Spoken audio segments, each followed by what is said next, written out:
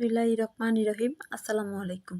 আজকে আমি আপনাদের সাথে শেয়ার করব ঈদ স্পেশাল বাজার সেমাই রেসিপি। এই বাজার সেমাইটা তৈরি করা খুবই সহজ আর খেতেও অনেক বেশি মজার। বিকালের নাস্তায় বাচ্চাদেরকে তৈরি করে দিতে পারেন। আশা করছি সবার কাছে ভালো লাগবে। তো চলুন বেশি কথা না বলে দেখে নেওয়া যাক কিভাবে তৈরি করতে হয়। বাজার সেমাই তৈরি করার জন্য প্রথমে চুলায় একটা কড়াই বসিয়ে এর মধ্যে দিয়ে দিব 200 গ্রামের মতো লাচ্ছা সেমাই আর দিয়ে দিব হাফ কাপ উঁচু করে কোরানো নারিকেল, 1/4 কাপ কাঠবাদাম আর কাজু বাদাম।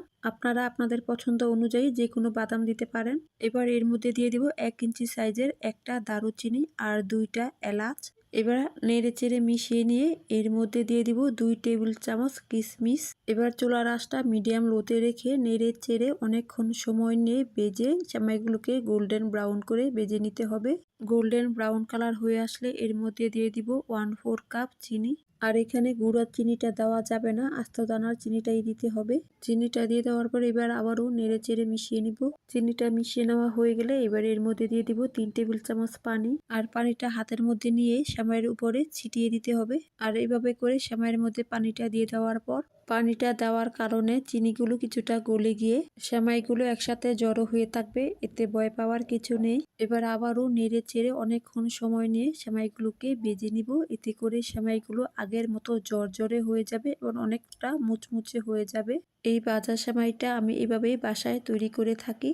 আলহামদুলিল্লাহ, যাকে খাইয়েছি সেই এই সেমাইয়ের প্রশংসা করতে বাধ্য হয়েছে আর সেই সাথে রেসিপিটাও শিখে নিয়েছে। কিছুক্ষণ ভেজে নেওয়ার পর সেমাইগুলো কিন্তু আগের মতো জর্জরে আর মুচমুচে হয়ে গিয়েছে। এবার এর মধ্যে থাকা গরম মশলাগুলোকে আমি ফেলে দিব। এই গরম মশলাগুলো কিন্তু দাঁতের নিচে পড়লে খেতে খুবই খারাপ লাগে। এবার এই ভাজা সেমাইটাকে আমি চুলা থেকে নামিয়ে নিব আর চুলা থেকে নামিয়ে সার্ভিং প্লেটের মধ্যে সার্ভ করে নিব। আর সেই সাথে তৈরি হয়ে গেল অল্প খরচে অনেক বেশি মজার ভাজা সেমাইয়ের রেসিপি। আশা করছি আজকের এই সহজ ভাজা সেমাই রেসিপিটি আপনাদের কাছে ভালো লেগেছে। ভালো লেগে থাকলে ভিডিওতে একটা লাইক করুন, ফ্রেন্ডস এবং ফ্যামিলির সাথে রেসিপিটা শেয়ার করুন। আর এরকমই সহজ আর মজার সব রেসিপি পেতে আমাদের ফেসবুক পেজটি ফলো দিয়ে ইউটিউব চ্যানেলটি সাবস্ক্রাইব করে পাশে থাকুন। আজকের মতো এতটুকুই। সবাই ভালো থাকবেন। আল্লাহ হাফেজ।